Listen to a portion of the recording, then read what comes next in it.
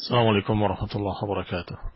إن الحمد لله نحمده ونستعينه ونستغفره ونعوذ بالله من شرور أنفسنا ومن سيئات أعمالنا. من يهده الله فلا مضل له ومن يضلل فلا هادي له، وأشهد أن لا إله إلا الله وحده لا شريك له، وأشهد أن محمدا عبده ورسوله صلى الله عليه وعلى آله وأصحابه والتابعين وتابع التابعين ومن تبعهم بإحسان إلى يوم الدين. يا أيها الذين آمنوا اتقوا الله حق تقاته ولا تموتن إلا وأنتم مسلمون. يا أيها الناس اتقوا ربكم الذي خلقكم من نفس واحدة وخلق منها زوجها وبث منهما رجالا كثيرا ونساء، واتقوا الله الذي تساءلون به والأرحام إن الله كان عليكم رقيبا. يا أيها الذين آمنوا اتقوا الله وقولوا قولا سديدا يصلح لكم أعمالكم ويغفر لكم ذنوبكم، ومن يطع الله ورسوله فقد فاز فوزا عظيما. أما بعد، فإن خير الحديث كتاب الله، وخير الهدي هدي محمد صلى الله عليه وعلى آله وسلم، وشر الأمور محدثاتها، فإن كل محدثة بدعة وكل بدعة ضلالة وكل ضلالة في النار. إخواني في الدين، أعزكم الله. kaum muslimin yang saya hormati, pada pagi hari ini insyaallah ta'ala kita akan membahas sedikit dari muqaddimah kitab Daruratul Ihtimam bis Sunnah An-Nabawiyah yang ditulis oleh Syekh Abdul Salam bin Barjis Ali Abdul Karim rahimahullahu ta'ala. Kitab yang sesuai dengan judulnya membahas tentang ihtimam bis sunnah, pentingnya sunnah. Tentunya sunnah yang dibahas dalam kitab ini adalah sunnah dengan makna ajaran Rasulullah sallallahu alaihi wa ala alihi wasallam. Yani bukan sunnah dalam artian fikih yang kalau dikerjakan mendapatkan pahala, kalau nggak dikerjakan nggak apa-apa. Ini wajib, ini sunnah, bukan itu. Tetapi sunnah dalam lisan syar'i, sunnah dalam bahasa syariat. Ketika Rasulullah SAW menyatakan dalam wasiatnya, alaikum bis sunnati, atas kalian untuk berpegang dengan sunnah. Apa maknanya berpegang dengan yang sunnah-sunnah saja? Tidak berpegang dengan yang wajib-wajib? Tentunya tidak demikian.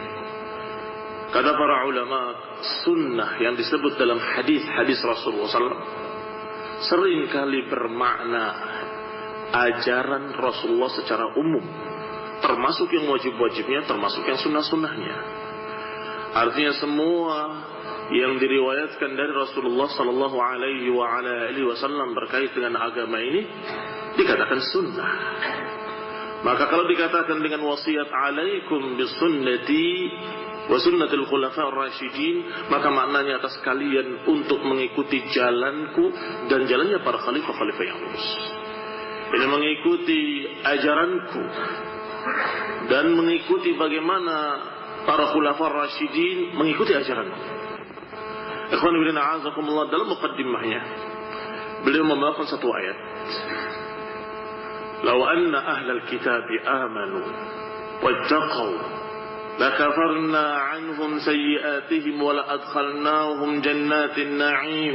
Dalam surat Al-Maidah ayat 65 dan 66, Allah Subhanahu wa taala berfirman, Lau anna ahlal kitabi amanu, kalau mereka para ahlul kitab beriman kepada Allah, wattaqau, dan bertakwa kepadanya, niscaya kami akan hapuskan dari mereka kesalahan-kesalahan mereka.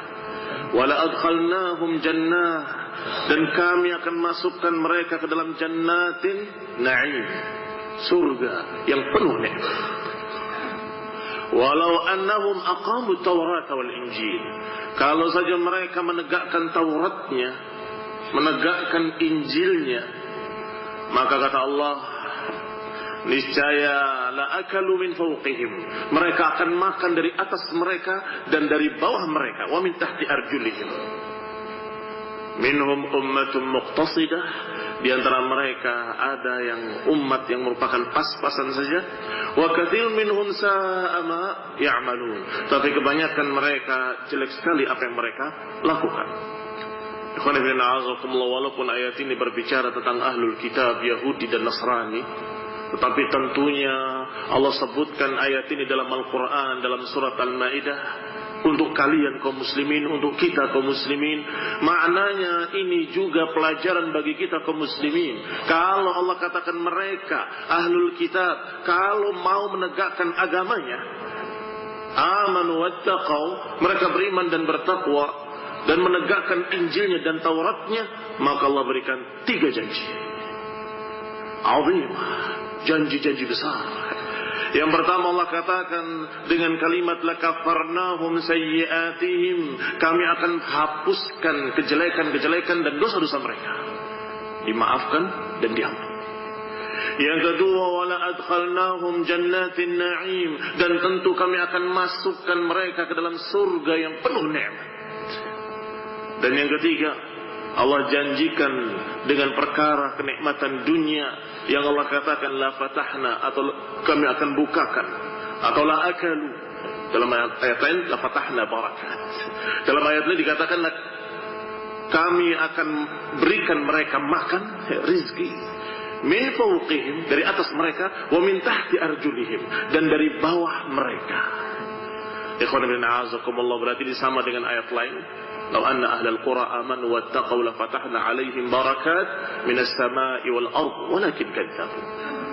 Kalau saja penduduk negeri itu beriman dan bertakwa, kami akan bukakan barakah dari langit dan dari bumi. Tapi sayang, kata Allah, mereka kadzabu, mereka mendustakan. Dalam ayat ini juga sama Allah katakan la akalu min fawqihim wa min tahti arjulihim, mereka akan makan dari atas mereka dan dari bawah mereka. Yani Allah akan berikan rizki dari atas mereka dan dari bawah mereka.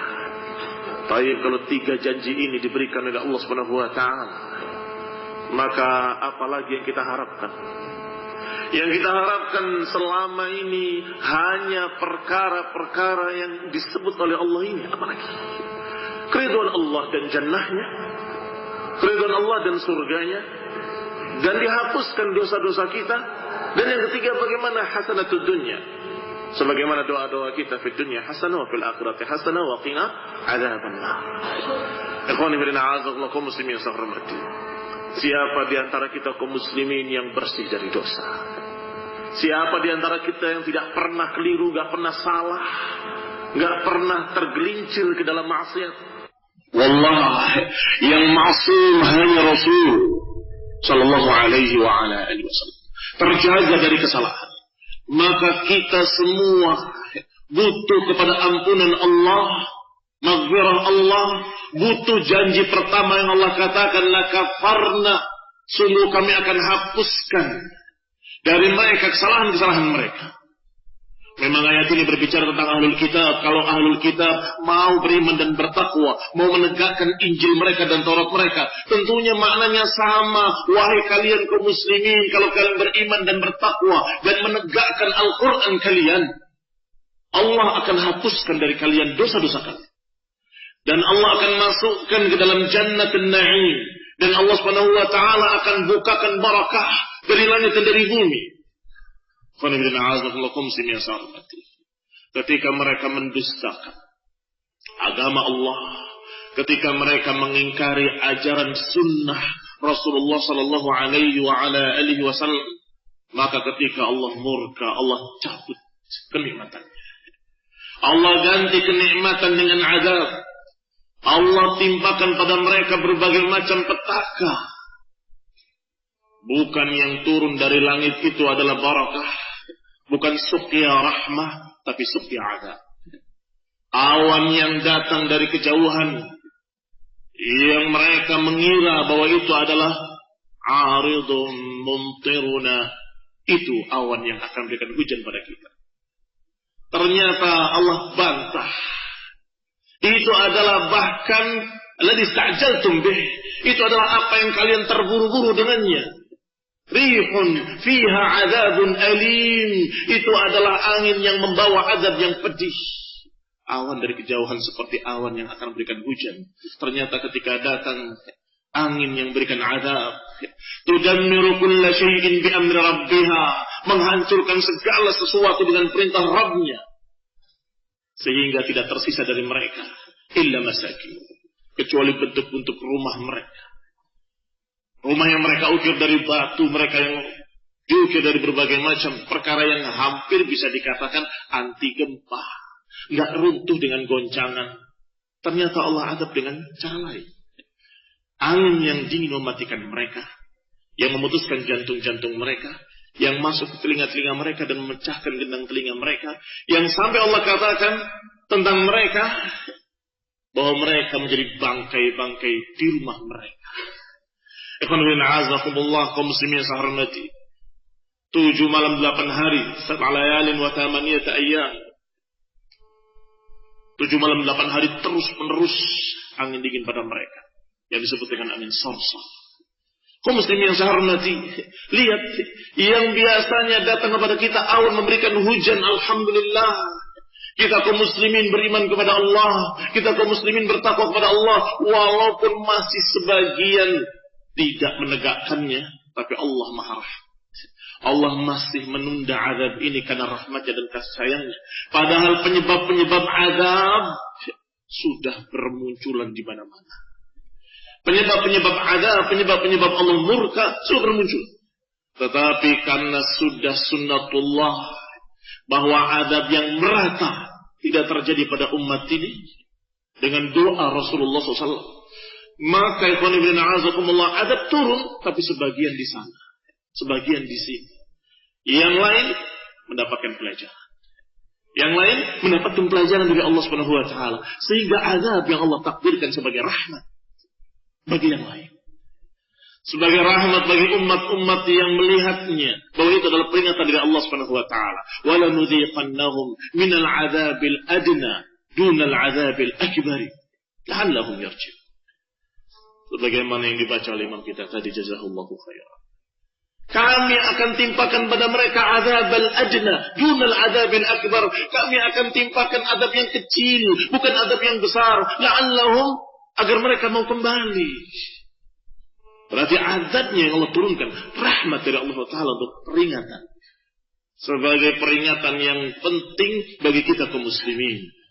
Ikhwan bin a'azakumullah, maka kembali kepada ayat Allah Subhanahu wa taala menyatakan, walau anna ahlal kitab amanu wattaqau, beriman dan bertakwa. Kalau sungguh-sungguh beriman, sungguh-sungguh bertakwa, maka itulah yang dikatakan waliyun min awliyaillah. Itulah orang-orang yang merupakan kecintaan Allah Subhanahu wa ta'ala. Dijamin oleh Allah dengan pembelaan. Allah Subhanahu wa ta'ala mencintainya, membelanya, mendukungnya. Kalau dia minta akan diberi, kalau dia berlindung akan dilindungi.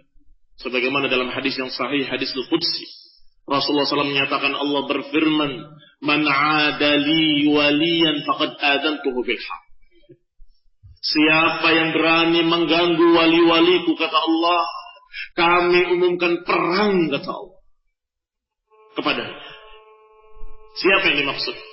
Siapa yang dimaksud oleh Allah Subhanahu wa taala dengan kalimat waliyan? Man 'adali waliyan. Siapa yang menyakiti wali-waliku, aku akan umumkan perang kepadanya. Betapa tingginya kedudukan wali sampai Allah Subhanahu wa taala membelanya sedemikian rupa. Aku akan umumkan perang pada orang yang berani mengganggu wali-waliku. Dan sungguh besar sekali pembelaan Allah Subhanahu wa taala kepadanya.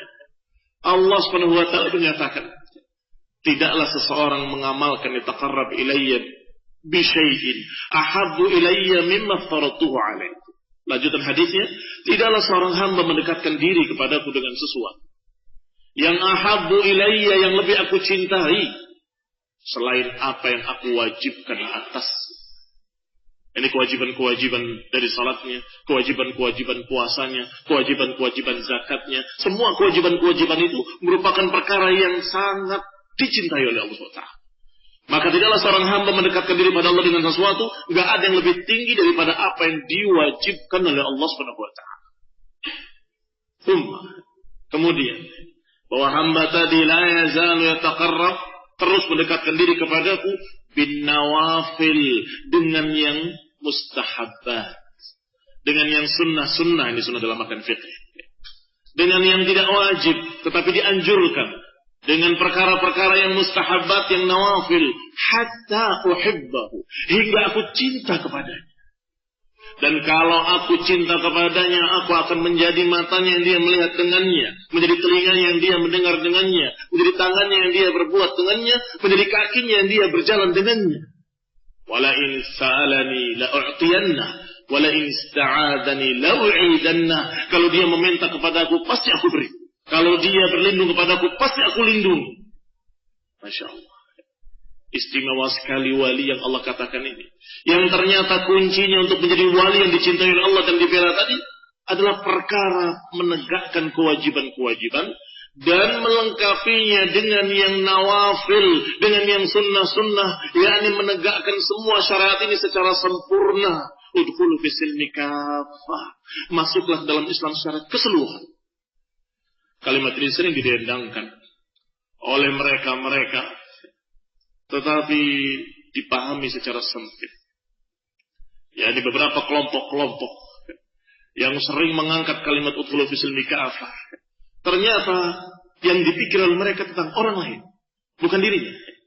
Bahwa penguasa ini belum kafah, maka dia kafir dan seterusnya. Kalau tidak berhukum dengan hukum Islam secara keseluruhan.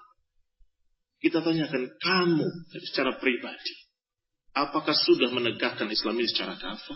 Pada dirimu, pada daerah kekuasaanmu. Daerah kekuasaanmu itu adalah badanmu, matamu, tanganmu, kakimu, telingamu, semua, mulutmu, ucapanmu, sikapmu, perbuatanmu, akhlakmu. Apakah kafah? Kalau kita mengerjakan yang wajib-wajibnya dan yang paling Allah cintai, kemudian kita lengkapi dengan yang sunnah-sunnahnya, sampai Allah SWT mencintai kita, insya Allah. Jaminan tadi bukan jaminan kosong. Jaminan dari ucapan Allah yang la yukhlifullahu wa'dah. Yang Allah enggak mungkin menyisihi janjinya. Dan ucapan Rasulullah SAW as-sadiqul masduq, ucapan yang jujur dan terpercaya. Sallallahu alaihi wa ala alihi wasallam. Maka kita bisa katakan pasti. Pasti, pasti. Enggak pakai insyaallah, tidak. Karena Allah qad syaa, Allah sudah menghendaki. Karena Allah sudah menghendaki. Dengan kalimatnya, walau anna ahlal kitab amanu wattaqau. Tetapi kalau kaitannya dengan kita, apakah kita? Itu yang perlu kita, insya Allah. Insya Allah. Tetapi kalau janji ini pasti, Allah qad syaa, Allah telah menghendaki bahwa orang yang beriman dan bertakwa dimasukkan dalam jannah. Allah telah menghendaki bahwa orang yang beriman dan bertakwa akan dihapuskan dosa-dosanya. Allah telah berjanji, Allah telah berkehendak bahwa orang yang beriman dan bertakwa, Allah akan bukakan barakah dari langit dan dari bumi. Yang turun dari langit suqya rahmah, yang keluar dari bumi juga barakah. Tetapi kalau kadzabu, yang turun dari langit suqya adab, yang keluar dari bumi juga adab. Menenggelamkan sekian desa. Dari langit turun banjir, dari bumi turun lumpur. Yang menenggelamkan sekian banyak desa. Dari atas adab, dari bawah adab. Tentunya ini mengharuskan kita istighfar.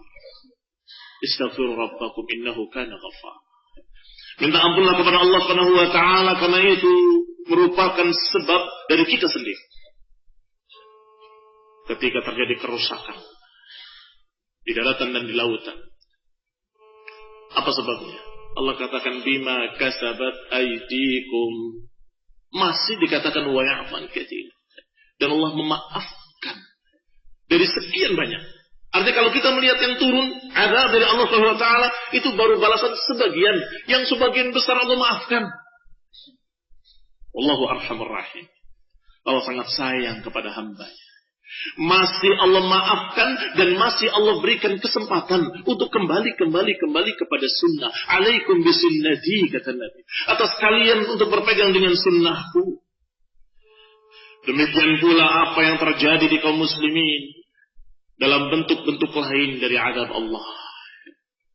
Apakah kelemahan ataupun tertindas di sebagian negeri ataupun juga sama. Penyebabnya tidak lain ketika kita menjauh dari Allah Subhanahu wa taala, menjauh dari agamanya, menjauh dari sunnah, menjauh dari Quranul Hadis. Maka Rasulullah sallallahu alaihi wasallam juga sudah mengkhabarkan dalam hadis yang dikeluarkan oleh Imam Abu Dawud rahimahullah, "Idza tabaya'tum bil 'ainah wa akhadtum adnab al-baqar wa raditum biz-zar' sallallahu alaikum dullan." Kata Nabi SAW, kalau kalian sudah jual beli dengan cara riba, bermuamalah dengan cara yang haram, dengan cara riba, dan kemudian kalian sudah ridha dengan peternakan dan perkebunan, artinya dengan dunia, maka ketika kalian taraktumul jihad, meninggalkan jihad, perjuangan di jalan Allah, sallallahu alaikum dullan. Allah akan timpakan pada kalian kehinaan, kelemahan. Berarti kehinaan tadi, kerendahan tadi, juga sama ada ketika kita melupakan agama Allah dan kita mementingkan dunia. Urusan-urusan peternakan, urusan-urusan perkebunan, urusan-urusan dunianya, ma'isyahnya, kemudian melupakan agama Allah Subhanahu wa ta'ala. Sudah menghalalkan jual beli dengan cara riba, sudah berbagai macam muamalah yang haram dikerjakan, maka terancam dengan ancaman azab dalam bentuk taslit. Dalam bentuk taslitil kufar, dikuasai, ditindas oleh orang-orang kafir, atau azul, kehinaan, kelemahan, kerendahan.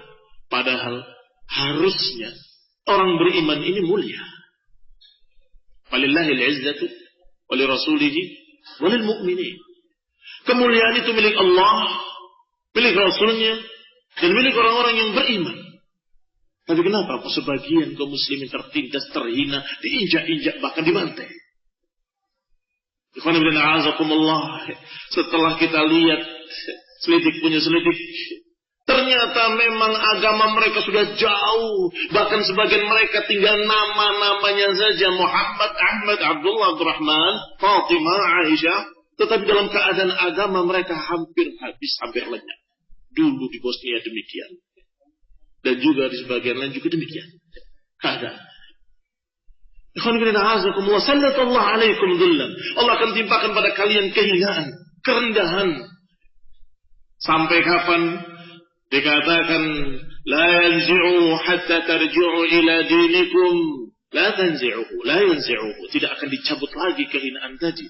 Enggak akan dicabut kembali kerendahan tadi, kata Nabi sallallahu alaihi wasallam. La yanzi'uhu, enggak akan dicabut kembali kehinaan itu hatta tarji'u ila dinikum, hingga kalian kembali kepada agama tadi. Tarji'u ila dinikum. Ini solusi satu-satunya. Hatta tarji'u ila dinikum, kembali kepada agama kalian. Kembali kepada agama kalian maknanya kembali pada Quran wa sunnah. Maknanya kembali pada ajaran sunnah Rasulullah sallallahu alaihi wa ala alihi wasallam. Kembali kepada ajaran Rasulullah SAW. Ajaran sunnah.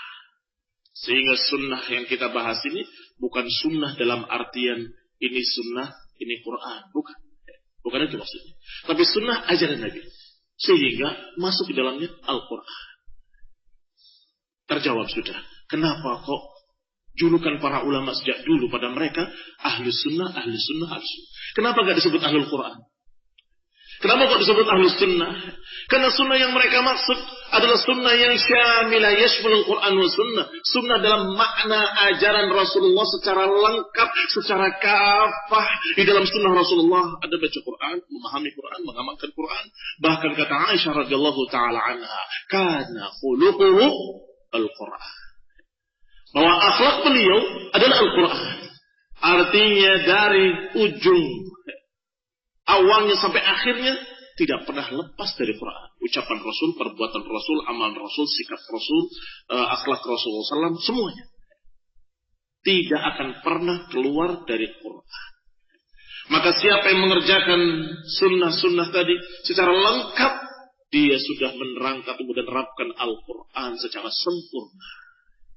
Karena Al-Quran diajarkan oleh Allah perintah dan larangan, Rasulullah SAW mempraktekannya. Maka ini sebagai contoh nyata dari perwujudan Al-Quran. Masya Allah. Tetapi kalau dibalik golongan Quran,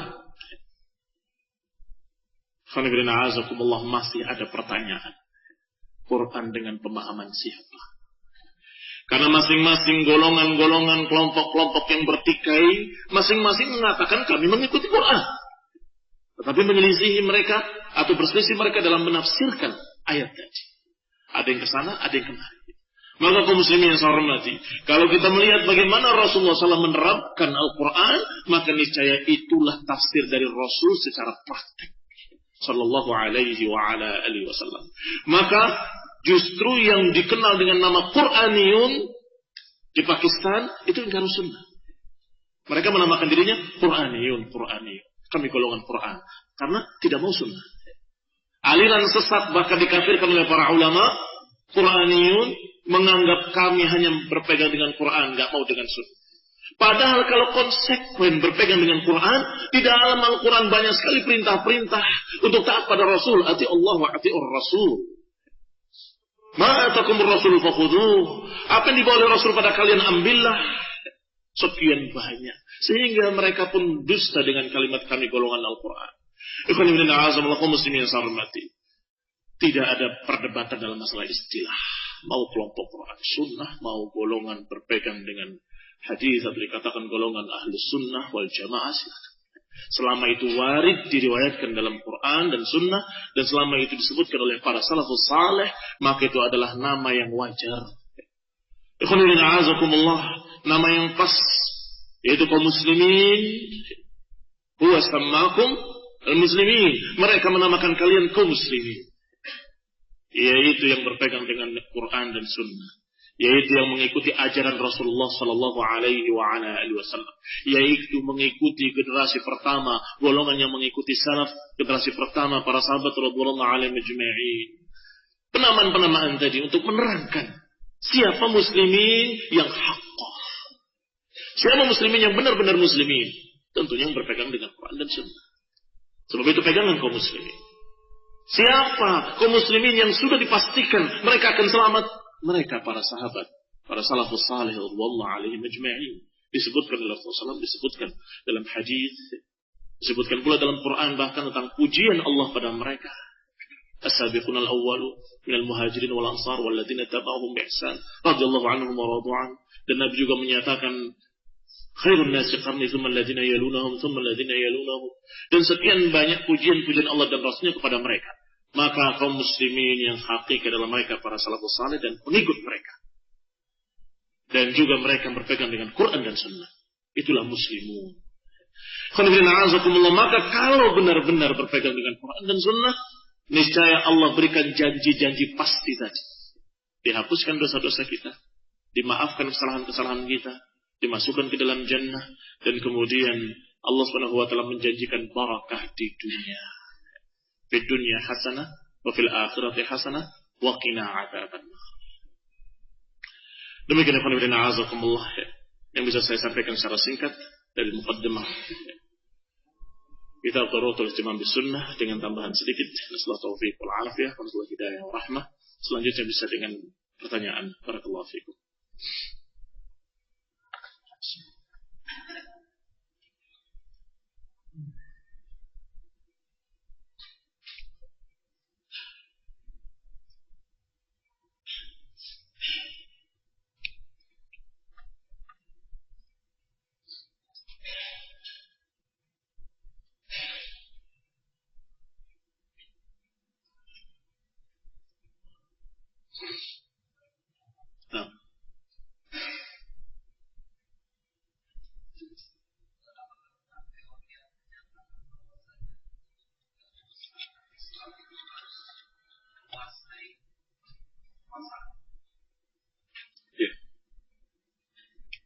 Sudah kita katakan tadi bahwa penerapan syariat itu bisa bermakna penerapan dalam sebuah masyarakat, bisa bermakna pada seseorang secara pribadi.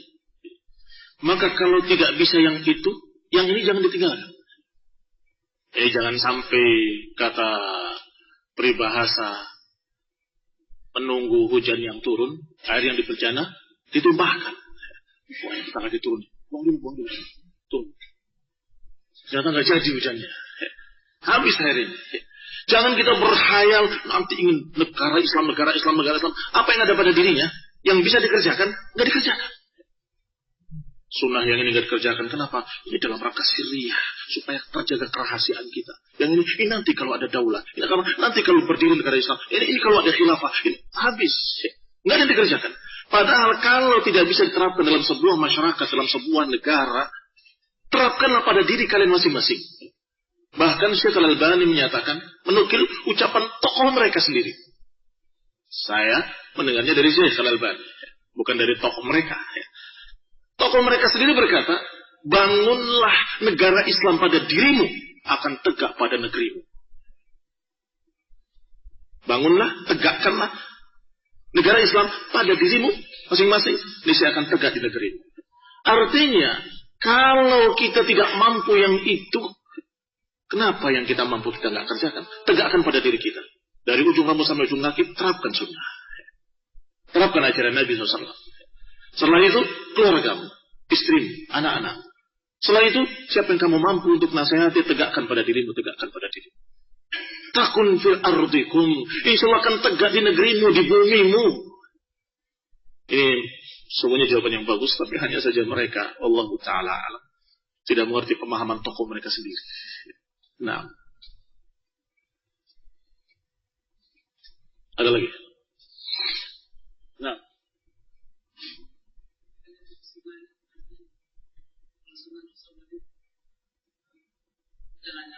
ya.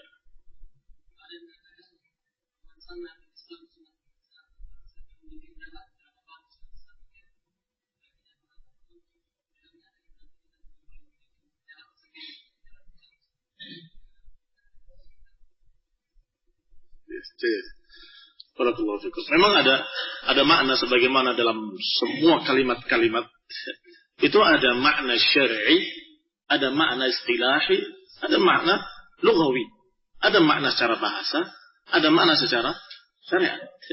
Kalau makna secara bahasa, memang kalimat sanna atau bahkan disebutkan dengan jamaknya sanan, itu adalah perkara suatu jalan baik ataupun jelek yang kemudian di belakangnya diikuti oleh orang lain.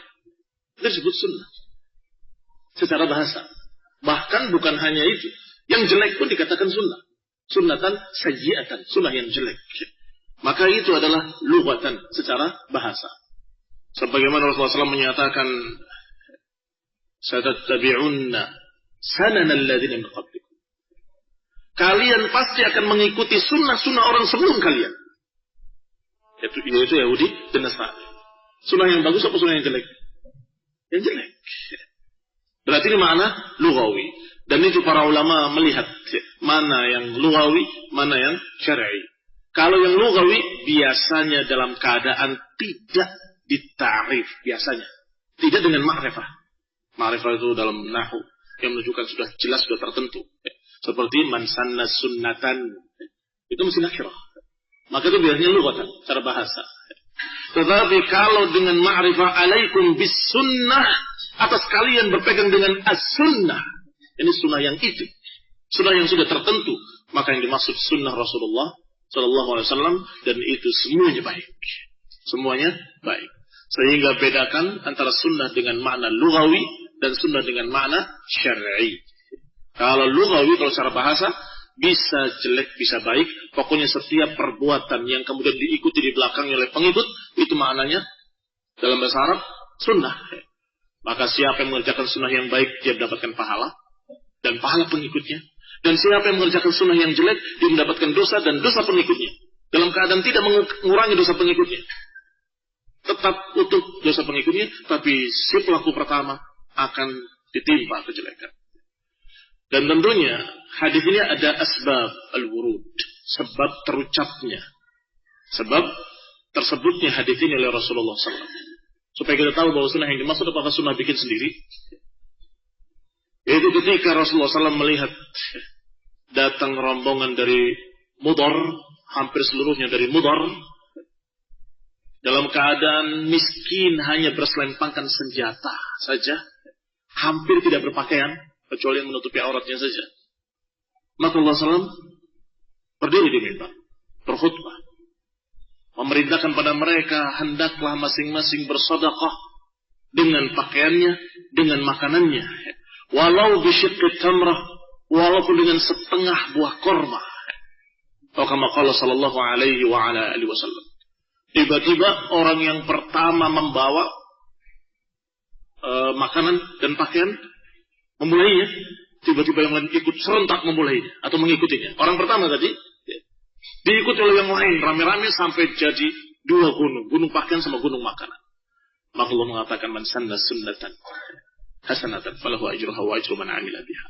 Wa man sanna sunnatan sayyi'atan fa 'alaihi wizruha wa wizru man 'amila biha. Siapa yang mengerjakan sunnah yang baik kemudian diikuti di belakangnya, maka dia mendapatkan pahala dan pahala pengikutnya. Barang siapa yang mengerjakan sunnah yang jelek dan kemudian diikuti, maka dia mendapatkan dosanya dan dosa pengikutnya, dengan tanpa mengurangi dosa mereka sedikit. Sallallahu alaihi wa ala alihi wasallam, atau seperti yang diriwayatkan dari Rasulullah SAW secara lengkapnya, bahwa itu menunjukkan apa yang dikerjakan oleh sahabat tadi bukan perkara bid'ah, bukan perkara baru, bikin sunnah sendiri, tidak.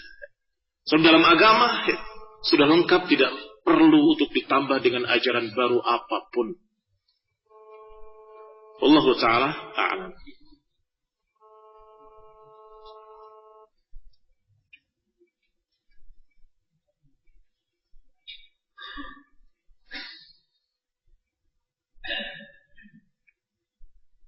Ada lagi?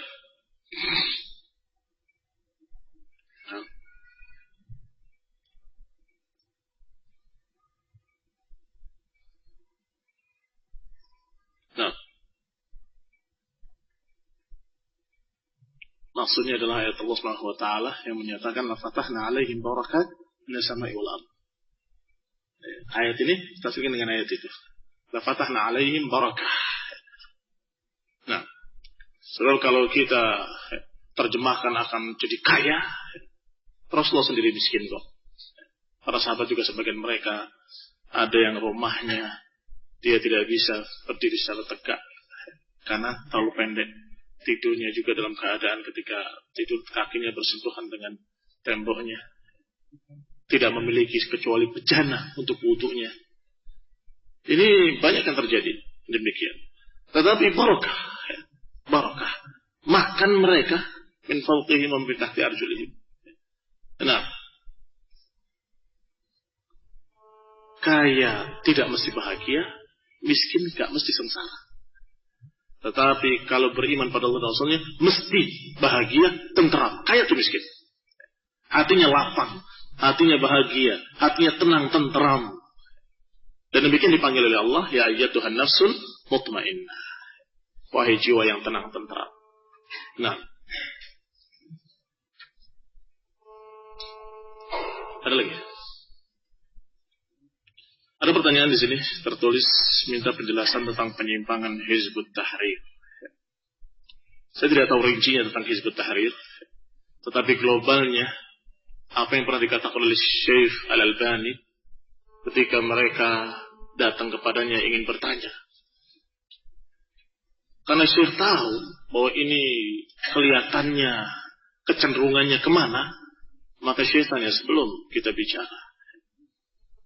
Kalau kita berbeda pendapat, kemana kita rujuk? Ini Hizbut Tahrir ini di situ. Jawabnya, ya kita rujuk kepada apa yang sudah Allah berikan sebelum kita mendengarkan apapun, sebelum kita mendapatkan, sebelum diutusnya Nabi, sebelum diturunkannya Al-Quran, katanya. Yaitu akal kita. Katanya hal ini nggak bisa. Kalau kita berbeda pendapat, kita rujuk pada Quran dan Sunnah. Nggak bisa. Mereka protes. Sebentar, Quran ini dipahami dengan akal, hadis dipahami dengan akal. Sebelum turunnya Al-Quran, sebelum diutusnya Nabi, akal sudah ada pada kita. Maka ini rujukan utama sebelum Quran dan Sunnah. Itu majelis sampai selesai. Tidak berakhir kecuali dengan masalah yang satu ini. Dia ngotot harus akal dulu. Syekh Albani menyatakan harus Quran dan Sunnah. Sampai ubah. Diusir oleh beliau di majelisnya. Kalau begitu, kita nggak bisa ketemu. Silakan kalian keluar. Kama qala Syekh rahimahullah dalam kaset yang saya dengar, dipersilakan untuk keluar, untuk pergi. Kita nggak bisa bicara karena rujukanmu dengan rujukan kami beda. Ini Hizbut Tahrir. Kemudian kasetnya disebarkan, diperbanyak dengan judul Afrah Mu'tazilah, bibit-bibit Mu'tazilah. Itu Hizbut Tahrir. Bibit-bibit Mu'tazilah. Afrah itu piyi, ayam kecil itu dikatakan afrah. Afrah Mu'tazilah, dan masih piyi, itu belum jadi. Bentar lagi besar jadi. Atau sudah jadi tapi masih kecil. Kaum muslimin yang saya hormati, demikianlah Hizbut Tahrir adalah sama semirip dengan Mu'tazilah dalam sekian masalah. Sehingga rinciannya Allah Ta'ala alam banyak nyampe kepada saya. Apakah benar atau tidak itu riwayatnya perlu diselidiki lagi. Banyak perkara-perkara yang menyelisihi sunnah, bertentangan dengan sunnah. Selama laki perempuan mereka masih membolehkan. Nah,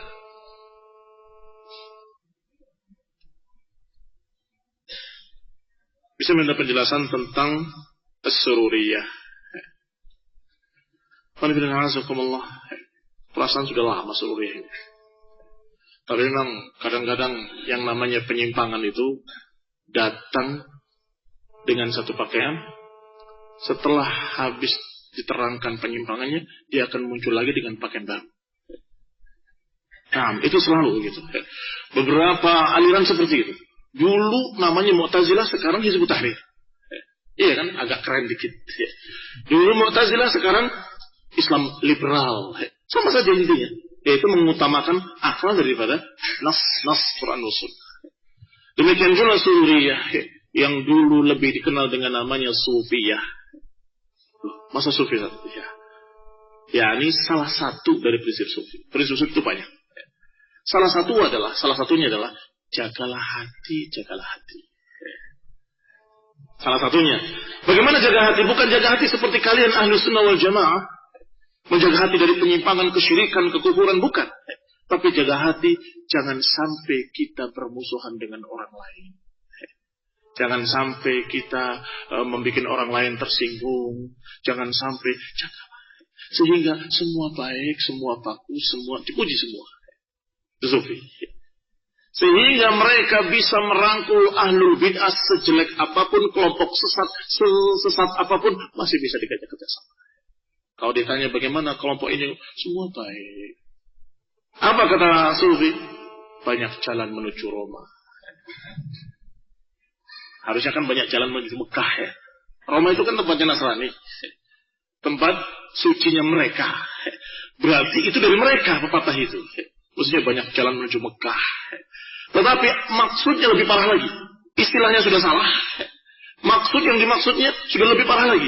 Yakni bagaimanapun kalian aliran ini, aliran itu, kelompok ini, kelompok itu, bagaimanapun perbuatan kalian, pemahaman kalian walaupun berbeda-beda, tapi intinya satu, yaitu pada Allah Subhanahu wa taala. Masih ingat Abdurrahim Taham? Abdurrahim Taham itu pernah datang ke Indonesia. Dan kata teman sekelas saya waktu di Libya, karena dia ngajar di Libya, wah, Pulau Jawa miring gitu. Karena ada ulama di Jakarta. Ya karena hulunya, karena berlebihan terhadap beliau. Karena memang kelihatan alim secara zahir. Tapi bagaimana pendapat dia? Karena dia Sufi. Dia berkata, mereka yang datang ke kuburan keramat, yang bertawassul dengan orang mati dan sebagainya, jangan kita lihat perbuatan mereka. Kita lihat bagaimana niat mereka. Bukankah mereka itu niatnya kepada Allah? Dan niatnya kepada Allah thayyib. Musyrikin yang memintanya ke kuburan dikatakan thayyib. Mereka yang hulu kepada Husain, Ali bin Abi Thalib, ini maksudnya Syiah mungkin. Tapi dia nggak nyebutnya mereka yang hulu berlebihan terhadap Husain.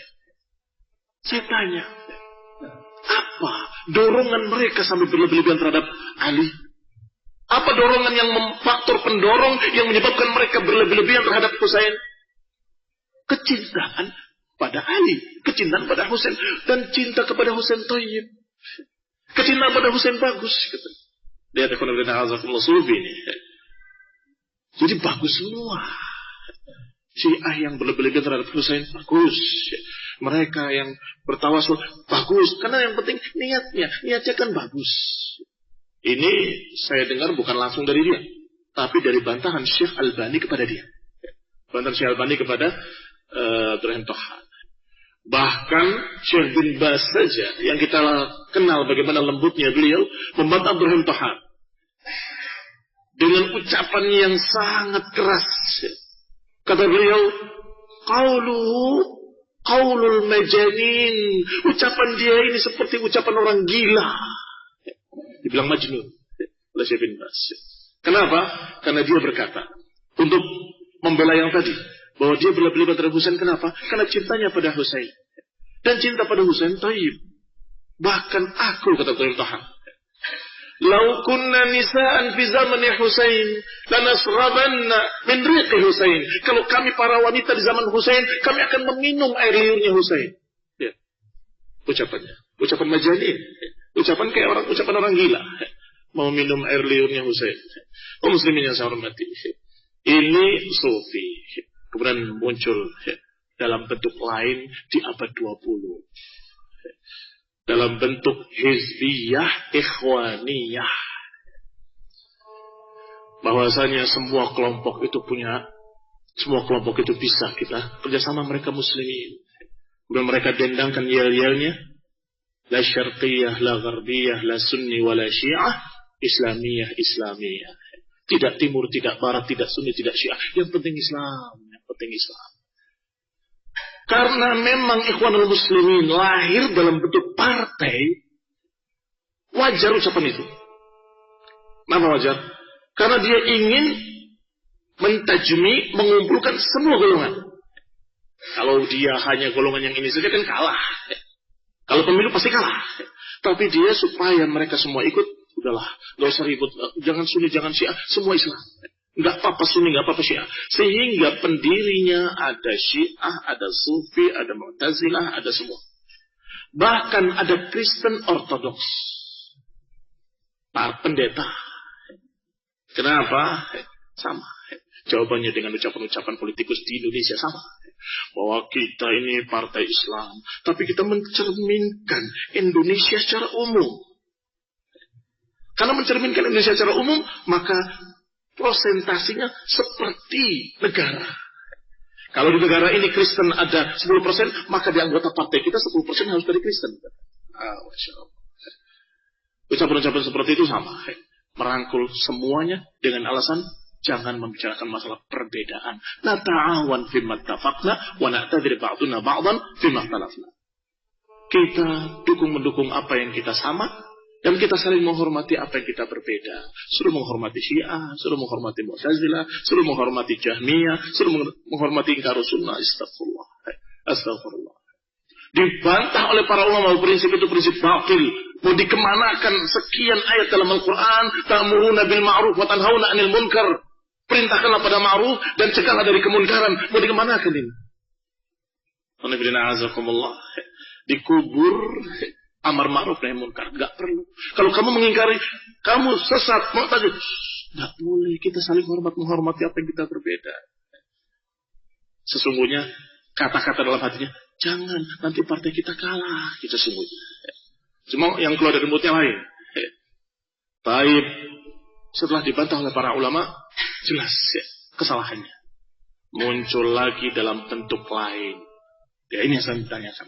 Bentuk sururiyah. Ya memang Ikhwan Muslimin salah. Gak benar itu. Saya Ahlus Sunnah Salafi. Tapi kelompok-kelompok lain pun jangan dikira gak punya kebaikan. Mereka salah, tapi mereka punya kebaikan. Lihat bedanya dengan Ikhwan Muslimin dan di mana kesamaannya. Kalian sendiri yang menilai. Mereka salah. Kelompok ini salah, mereka salah. Tapi ini kan punya kelebihan. Kayak mereka kelompok-kelompok khawarij teroris. Salah mereka. Tapi kan mereka punya kelebihan, keberanian, dan semangat jihad. Kita ambil kebaikannya. Kita ambil jihadnya. Sufi, salah mereka menyimpang. Tapi mereka punya kelebihan. Akhlaknya bagus. Kita ambil akhlaknya dari sufi. Kemudian yang ketiga, kita lihat kelompok-kelompok yang lain. Ikhwanul Muslimin misalnya. Padahal mereka jelmaan Ikhwanul Muslimin. Pura-puranya di luar. Ikhwanul Muslimin memang dalam hal ini keliru. Tapi mereka dalam berorganisasi rapi, teratur, Masya Allah. Kita ambil kebaikannya. Kita ambil jihadnya dari kelompok teroris. Kita ambil akhlaknya dari sufi. Kita ambil kerapian berorganisasi dari kaum muslimin. Kita ambil akidah dari salaf. Baik. Diulak jadi satu kayak gado-gado. Sepintas banyak yang tertipu. Iya ya, sangat bijak. Sangat bijak katanya. Ternyata ketika ditanyakan pada orang yang lebih berilmu sedikit saja, belum kepada ulama ini, pada orang yang lebih berilmu sedikit, kamu itu bukan bijak, itu mencerca salafus saleh, menghina para salafus saleh dan para sahabat. Mereka begini, mereka begitu. Kok bisanya? Terus apakah akhlaknya para salafus saleh bejat sehingga harus ngambil dari akhlaknya sufi? Apakah akhlaknya para sahabat bejat sehingga kita harus meniru dari ngambilnya dari sufi? Dan apakah mereka para sahabat saleh nggak pernah jihad fisabilillah? Apakah para sahabat itu nggak ngerti jihad? Yang ngerti mereka para teroris? Apakah kalian kira bahwa mereka tidak rapi dalam ketaatannya pada penguasa? Lihat, sepintas kayaknya bijak, ternyata itu syubhat yang mengerikan. Artinya mencerca salaf ambil akidahnya saja. Semangat jihadnya tidak ada. Iya Pak, iya, mereka bilang begitu. Terucap dari Salman Audah, tokohnya mereka. Salman Audah. Dia berkata bahwa yang namanya Ahlus Sunnah, Firqatun Najiyah, dengan Ta'ifatul Mansurah itu berbeda. Ini sudah salah. Kenapa Syekhul Islam Ibnu Taimiyah menyebutkan dalam Aqidah Wasithiyah tentang Ta'ifah Al-Mansurah, Firqatun Najiyah, Ta'ifatul Al-Mansurah ila qiyamis sa'ah, Ahlus Sunnah wal Jamaah. Dianggap satu oleh beliau. Golongan kaum muslimin yang berpegang atau yang dikatakan berpegang dengan sunnah, yang mansurah, yang akan ditolong oleh Allah ila qiyamis sa'ah, sampai hari kiamat, dan dijuluki Ahlus Sunnah wal Jamaah. Sedangkan Salman membedakan. Kalau yang tidak jihad itu Firqatun Najiyah. Tapi kalau ada jihadnya baru Ta'ifatul Mansurah. Jadi kalau ada lingkaran diagramnya, digambar diagramnya, lingkaran besar, di dalamnya ada lingkaran kecil. Lingkaran besar ini Firqatun Najiyah, dalamnya ada lingkaran kecil Ta'ifatul Mansurah. Kira-kira apa tafsir prakteknya atau tafsir yang langsungnya? Yakni para ulama yang duduk bermajlis mengajarkan hadis-hadis, ini sahih, ini dhaif, kayak Syekh Albani dan sebagainya, itu hanya Firqatun Najiyah. Adapun Firqatun Najiyah yang ada jihadnya, mereka yang di Afghanistan, mereka yang itu Firqatun Najiyah. Kemudian boleh membahas, mengutamakan taifah yang mansurah tadi, yang ada jihadnya, dan meremehkan para ulama tadi. Mereka nggak ada jihad. Subhanallah, subhanallah. Ini syubhat yang mengerikan. La ya'rifuha illa ahluha. Illa al-alim wal ulama. Tidak akan tahu, tidak akan jeli melihat syubhat ini kecuali para ulama. Kemudian dibantah lagi sururiyah oleh para ulama. Dan itu lewat. Sehingga kalau salah seorang mengatakan masalah sururiyah itu sudah lewat, sudah lama. Iya. Memang sudah lewat betul. Tetapi bukan tidak muncul dalam bentuk baru. Muncul dalam bentuk baru. Apa syubhatnya? Namanya apa ya kira-kira? Suruh ya dalam bentuk baru ini. Belum ada namanya. Ya kasih nama saja aliran bijakiyah. Karena senang bijak-bijakan tadi itu. Di antara filsafat mereka, nggak akan ditanya di kubur. Si fulan bagaimana, apakah fulan hizbi atau bukan hizbi, nggak akan ditanya di kubur. Bayangkan ya, azakumullah. Saya katakan syubhat karena memang membuat bingung. Emang dalam hadisnya nggak begitu. Man rabbuka, man nabiyuka, man Madinu, kan begitu. Berarti nggak ditanya, fulan hizbi atau bukan, fulan hizbi, nggak ditanya itu. Seakan-akan itu nggak perlu. Maka yang bangkit membantah ucapan ini adalah Syekh Muhammad bin Haji. Hafizahullah wa jazahullahu khairan. Dari mana terucapnya ucapan tadi? Dari Ibrahim Ar-Ruhaili. Sehingga wallahu ta'ala alam. Ini bentuk apa lagi? Dan namanya, nama apa lagi? Wallahu ta'ala alam. Yang jelas mirip dengan itu. Bagaimana supaya kita ini tidak perlu untuk mengatakan yang ini hizbi, yang ini nggak perlu. Dikubur lagi amar ma'ruf nahi munkar. Nggak usah saling menyalahkan. Nggak akan ditanya dikubur. Walaupun kalau ditegaskan maksudnya apa, pasti akan menyatakan bukan begitu maksud saya. Tapi kenyataannya syubhat itu membuat masyarakat kaum muslimin ahli sunnah jadi bingung dan menjadi meremehkan masalah amar ma'ruf nahi munkar dan meremehkan masalah ahlul bid'ah. Dianggap kecil mereka-mereka yang mengajarkan kesesatan-kesesatan. Wallahu ta'ala alam. Sehingga mestinya sekarang tanya yang berikutnya lagi. Bukan sururiyah lagi, sudah lewat. Tapi sekarang muncul dalam bentuk-bentuk baru.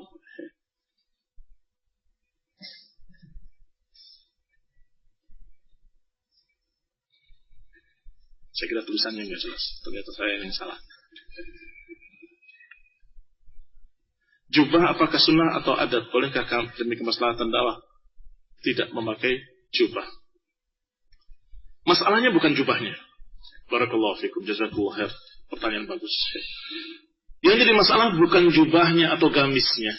Yang jadi masalah adalah bagaimana menutup aurat secara sempurna. Karena Syekh Al-Albani menganggap kalau memakai celana dalam keadaan masih berbentuk di bokongnya, pantatnya terlihat bentuknya begitu, dan juga di depan kelihatan jendolnya, ya biar malu mereka yang memakai seperti itu. Itu belum menutup aurat secara sempurna. Belum menutup aurat secara sempurna. Tidak harus dengan gamis kita tutup. Tidak harus dengan gamis. Bisa dengan sarung. Menutup secara sempurna. Bisa dengan sirwal Hanafi. Sirwal Hanafi kalau dibuka segini lebarnya. Gombrang, kayak celana Madura. Bisa juga memakai pakaian-pakaian Melayu. Setelah celana panjang. Pakai sarung setengah tunggul. Satu selutut. Itu semua upaya-upaya kaum muslimin untuk menutup aurat secara sempurna. Sehingga silakan. Yang mau memakai pakaian sarung. Yang mau memakai sirwal Hanafi. Ataupun yang memakai jubah, silakan. Dan saya lebih senang ucapan atau pakaian yang dipuji oleh Rasulullah SAW. Bahwa pakaian adalah al-qumsan. Sebaik-baik pakaian adalah gamis, kata Nabi. Sehingga saya suka. Itu saja. Kaum muslimin yang saya hormati, semoga tidak menjadi perkara yang seakan-akan harus wajib pakai gamis. Nanti akhirnya jadi bidah baru. Tidak ada yang mengajarkan seperti itu. Tapi wajib menutup aurat secara sempurna.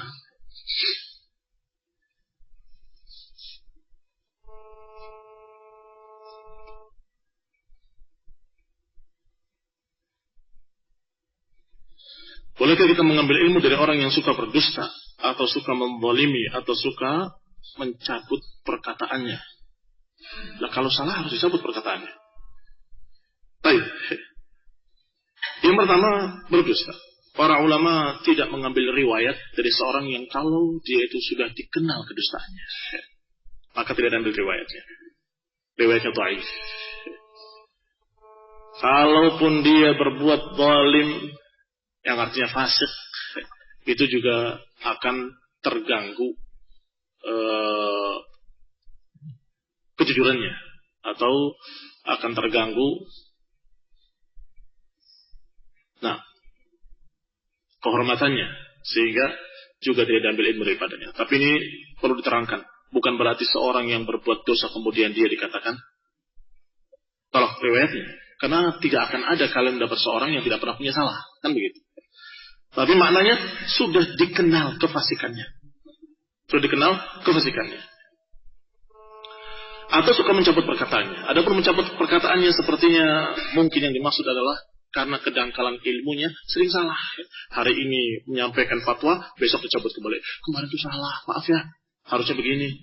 Nyampaikan lagi yang satu, minggu depan cabut lagi. Apa yang saya katakan kemarin pekan lalu, itu ternyata nggak benar, yang benar begini. Habis itu bulan depan berubah lagi. Oh ternyata yang saya katakan salah itu ternyata salah. Terus bagaimana kita mau ngambil ilmu dari orang yang seperti ini? Sehingga dikatakan oleh seorang sahabat yang mulia, siapa namanya? Abdullah bin Mas'ud kalau nggak salah. Allah Ta'ala alam. Bisa kalian lihat kembali dalam kitab Lamuddur. Disebutkan di sana, la yazal nas bi khairin, manusia akan tetap dalam keadaan baik selama ma akhadul ilm, selama mengambil ilmu dari an umanaihim, akabirihim wa ulamaihim. An akabirihim wa umanaihim wa akab. Saya ulang ya. An akabirihim wa umanaihim wa ulamaihim. Kata beliau radhiyallahu ta'ala anhu, manusia tetap akan dalam keadaan baik selama mengambil ilmu dari akabirihim, orang-orang besarnya. Yang kedua, an umanaihim, orang-orang terpercayanya. Yang ketiga, wa ulamaihim, dan orang-orang berilmu. Kalau suka berdosa, berarti bukan umana, bukan orang-orang yang amin. Kalau sering salah, sering ganti, berarti bukan ulama, bukan orang-orang berilmu. Nah, sekarang kalau orang berilmu itu ada yang masih muda, ada yang sudah sepuh. Dari mana kita mengambil? Dari mereka yang sudah kabir fis sinni, karena mereka aktsarul khibrah, mereka lebih besar, lebih banyak pengalamannya. Memang perlu pengalaman. Ya perlu. Sehingga kalau datang satu orang bertanya, walaupun pertanyaannya dengan dibungkus gaya-gaya tertentu supaya kelihatan maksudnya ke sana, padahal ke sini, kalau mereka para ulama sepuh akan tahu ini ke sana larinya. Nggak boleh. Tapi tidak boleh keluar kamu. Terlihat dari pertama masuk, assalamualaikum, kelihatan. Bukan alimul ghaib, bukan. Dan bukan melihat hanya dari sorot matanya. Kamu matanya ada mata. Bukan. Tetapi dia tahu dari cara berbicaranya. Baik, kira-kira kalau ada orang yang datang kemudian tanya, Ustaz, ini perlu apa enggak sih kita ini nyalah-nyalahkan orang, mengatakan begini, mengatakan itu. Ini si fulan mengatakan begini, kira-kira kemana ini larinya? Ketebak. Datang lagi penanya kedua, Ustaz, ini negara mau dibawa kemana, Ustaz? Udah begini, apakah kita kelihatan kan? Ini mau kemana larinya? Apalagi ulama, kalian saja sudah bisa menebak ini kemana larinya. Pertanyaan ini. Apalagi para ulama tahu. Tetapi kalau anak-anak muda biasanya belum pengalaman, sehingga ketika ditanya dengan ini dikira ke sana, dijawab dengan polosnya. Padahal ini hanya makar, mencari yaknya dari ustaz. Dari yaknya dari guru ini. Dan masih banyak lagi perkara-perkara seperti itu dibahas dalam kitab Awa'iqut Talab. Silakan merujuk ke sana. Di sana ada hikmah. Kenapa yang lebih tua yang kita cari, kenapa tidak yang muda? Apa perbedaan yang tua dengan yang muda? Ada sekian banyak. Tentunya ini bicara setelah ilmu, setelah amanah. Dua-duanya berilmu, dua-duanya amanah.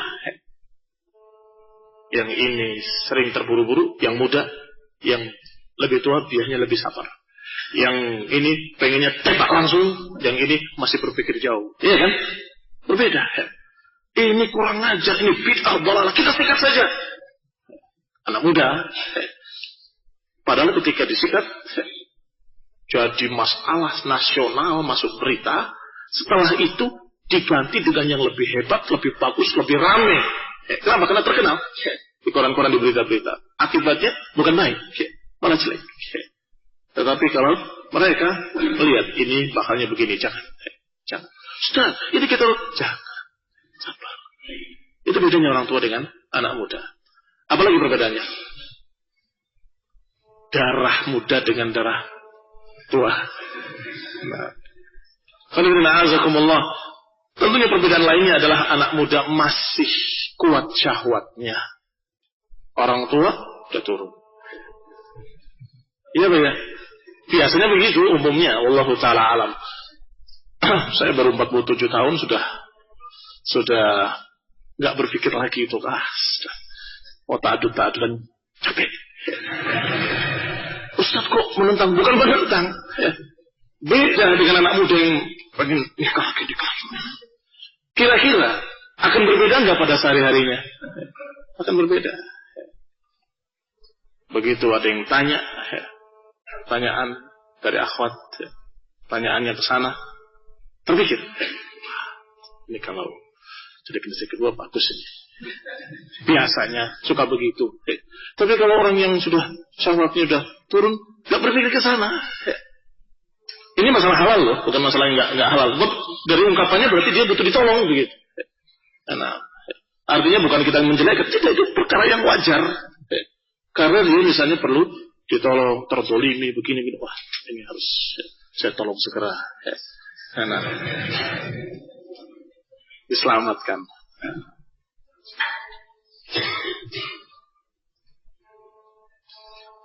Sampai jam berapa? Sudah habis waktunya. Barakallahu fikum.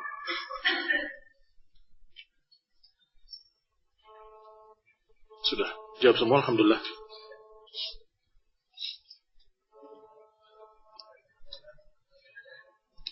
Nah, silakan. Assalamualaikum warahmatullahi wabarakatuh.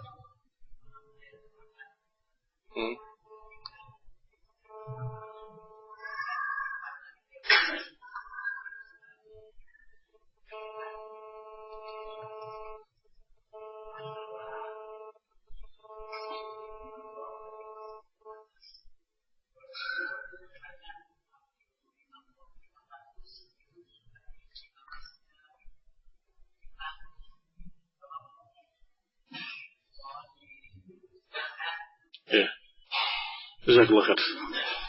Nah, tentunya sangat berkait dengan pembahasan tadi, bahwa ketika Allah SWT menyatakan udkhulu fi silmi kafah, masuklah ke dalam Islam secara keseluruhan, maka tentunya keseluruhan itu mencakup akidahnya, ibadahnya, akhlaknya, dan muamalahnya. Sehingga kalau kita berbicara tentang sunnah, ingat ya, sunnah ajaran Nabi mencakup semua ini tadi. Yani kalau ahli sunnah, benar-benar ahli sunnah, harusnya bagus hablum minallahnya, bagus akidahnya, bagus pula ibadahnya, dan bagus pula hablum minannasnya, yani bagus muamalahnya, bagus akhlaknya. Bahkan Rasulullah SAW mengatakan bahwa itu liutammim makarimal akhlak, aku diutus untuk menyempurnakan akhlak. Dan juga Rasulullah SAW menyatakan dalam sekian banyak hadis tentang masalah akhlak, masalah perangai. Sehingga semestinya seorang ahli sunnah harus dia memperbaiki semuanya, akidahnya, ibadahnya, akhlaknya, dan muamalahnya.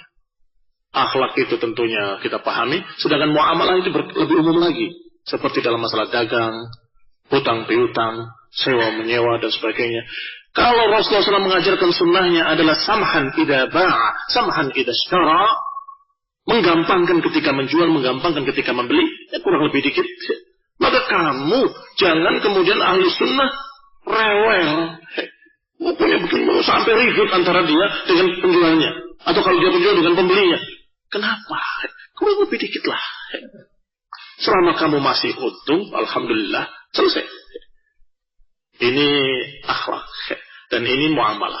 Jangan sampai dari satu sisi bagus, tetapi ketika muamalahnya ngemplang, utang nggak bayar, ditagih sekian hari, bukan kerupuk ya, bukan kemplang kerupuk, tapi di Jawa dikatakan dengan seperti itu, ya ini tidak membayar. Lah apakah orang ini lupa bahwa di antara sunnah Nabi adalah ucapan beliau, matlul ghani zulmun. Matlul ghani zulmun. Seorang yang punya tapi nggak mau bayar hutang itu zalim. Wa zulmu zulumatun yaumil qiyamah. Sedangkan kezaliman itu dalam hadis lain merupakan kegelapan yaumil qiyamah. Harusnya seorang ahli sunnah untuk urusan itu jujur, cepat bayar kalau dia punya. Dan dia dalam keadaan samhan idza ba'a, samhan idza ishtara, maka ini semua termasuk yang kita bahas tadi, barakallahu fikum, termasuk dalam ayat Allah Ta'ala, udkhulu fi silmi kafah, dan termasuk dalam ucapan Rasulullah SAW, alaikum bisunnati, atas kalian untuk berpegang dengan sunnahku, sunnah dalam muamalah, sunnah dalam akhlak, sunnah dalam aqidah, dan sunnah dalam masalah ibadah. Allah Ta'ala a'lam bis-shawab. Barakallahu fikum. Subhanaka wa bihamdik. Asyhadu an la ilaha illa anta astaghfiruka wa atubu ilaik. Bagaimana menghapus seluruh dosa kepada keluarga? Yang menghapus dosa itu Allah SWT. Sehingga tentunya bagaimana menghapus dosa-dosa, minta ampun pada Allah SWT, istighfar. Yang kedua, berikan pada keluarga hak-hak mereka. Dan minta maaf kalau ada kekurangan-kekurangan pada istri. Apa yang telah lalu. Nah, dan minta maaf itu tidak merendahkan. Gengsi, saya suami minta maaf pada istri. Nah, itu tidak demikian. Justru semakin mulia kalau dia mau minta maaf dan memperbaiki dirinya. Nah, adapun menyempurnakan salat, tentunya dengan mempelajari lebih rinci hadis-hadis Rasulullah SAW dan kemudian praktikkan dalam salat, itu akan lebih menyempurnakan salat dari sisi zahirnya. Adapun dari sisi batinnya, perbaiki keikhlasan dan yakini bahwa dia benar-benar berhadapan dengan Allah Subhanahu wa taala, sehingga salat kamu menjadi salat yang Allah katakan tanha 'anil fahsya'i wal munkar, akan mencegah kekejian dan kemunkaran. Karena dia merasa berhadapan dengan Allah, maka dia malu untuk berbuat sesuatu yang jelek setelah salat. Kenapa? Saya akan ketemu Allah lagi nanti maghrib. Saya akan ketemu Allah lagi salat berikutnya. Sehingga dia tidak berani berbuat apa-apa dari dosa-dosa maksudnya. Setiap memperbuat malu. Ini saya sebentar lagi sholat, menghadap Allah, berdiri dalam keadaan habis berbuat dosa, malu dia. Ini karena dia yakin berhadapan dengan Allah. Ka'annaka tarahu, seakan-akan kamu melihat Allah. Fa in lam takun tarahu fa innahu yarah. Kalau engkau tidak melihat Allah, tapi ingat, Allah melihat kamu. Ini akan menjadikan sholat semakin khusyuk. Wallahu ta'ala a'lam bis-shawab. Barakallahu fikum. Subhanakallahumma bihamdik, asyhadu an la ilaha illa anta astaghfiruka wa atubu ilaik. Wassalamu alaikum warahmatullahi wabarakatuh.